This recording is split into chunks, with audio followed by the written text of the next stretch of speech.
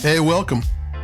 Domain day for cheapwinefighter.com. Another wine review podcast. We write up a wine review on the cheapwinefighter.com website. And then we kind of talk about it on the podcast, but we add a few things for a few minutes.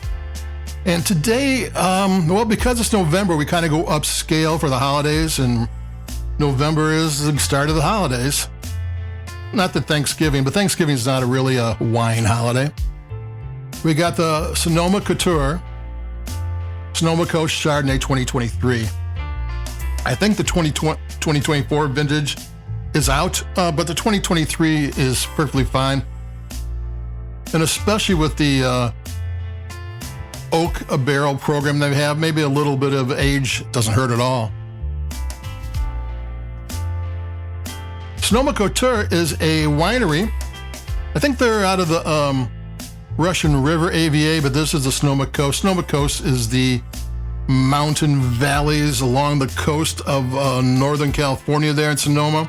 It's kind of wild and woolly, and it's a cool place, and it's a great cool in weather. And it's a great place for both Pinot Noir and Chardonnay.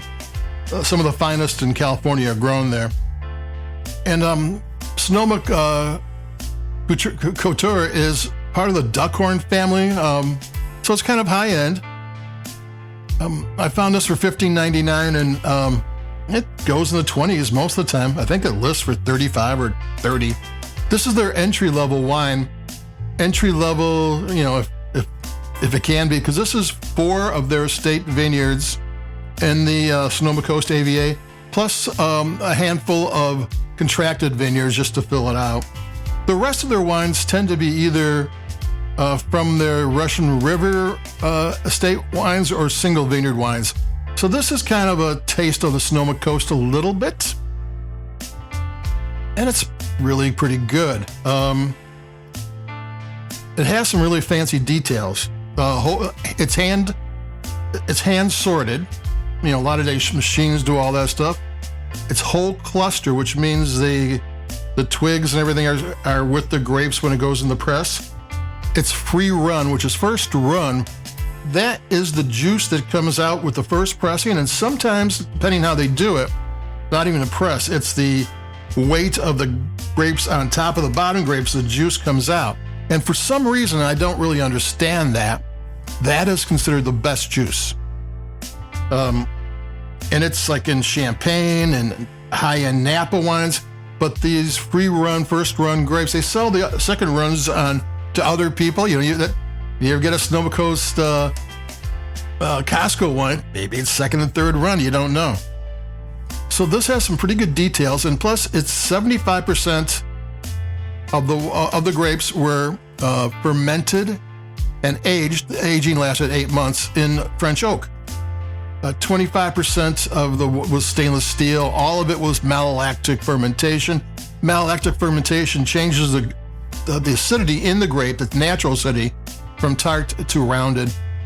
I think for the barrels, only 14% were new, but in the rest are all used, and that gives you just it's kind of a complex formula to get just the right amount of oak in the wine. And because this is going to be it's got a screw cap. This is going to be a drink it now wine. It's not going to be an inexpensive wine, but it's going to be drink it now. So it's not a wine you want to put away for 5 or 6 years or 10 years, whatever. So they kind of control the oak up front. I'm going to take a sip.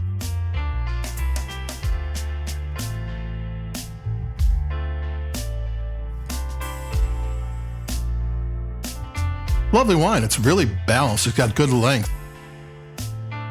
Subtle flavors, but good flavors.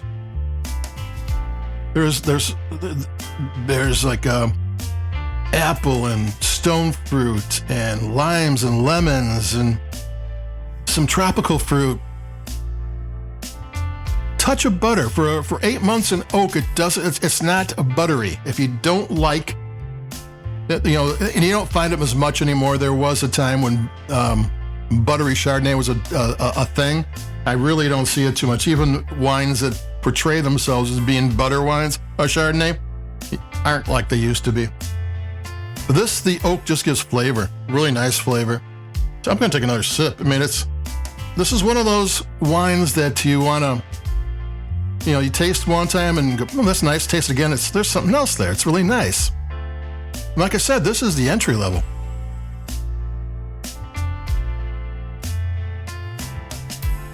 Not that an entry level wine is this price range, but at $16, this thing is a bargain of the first order.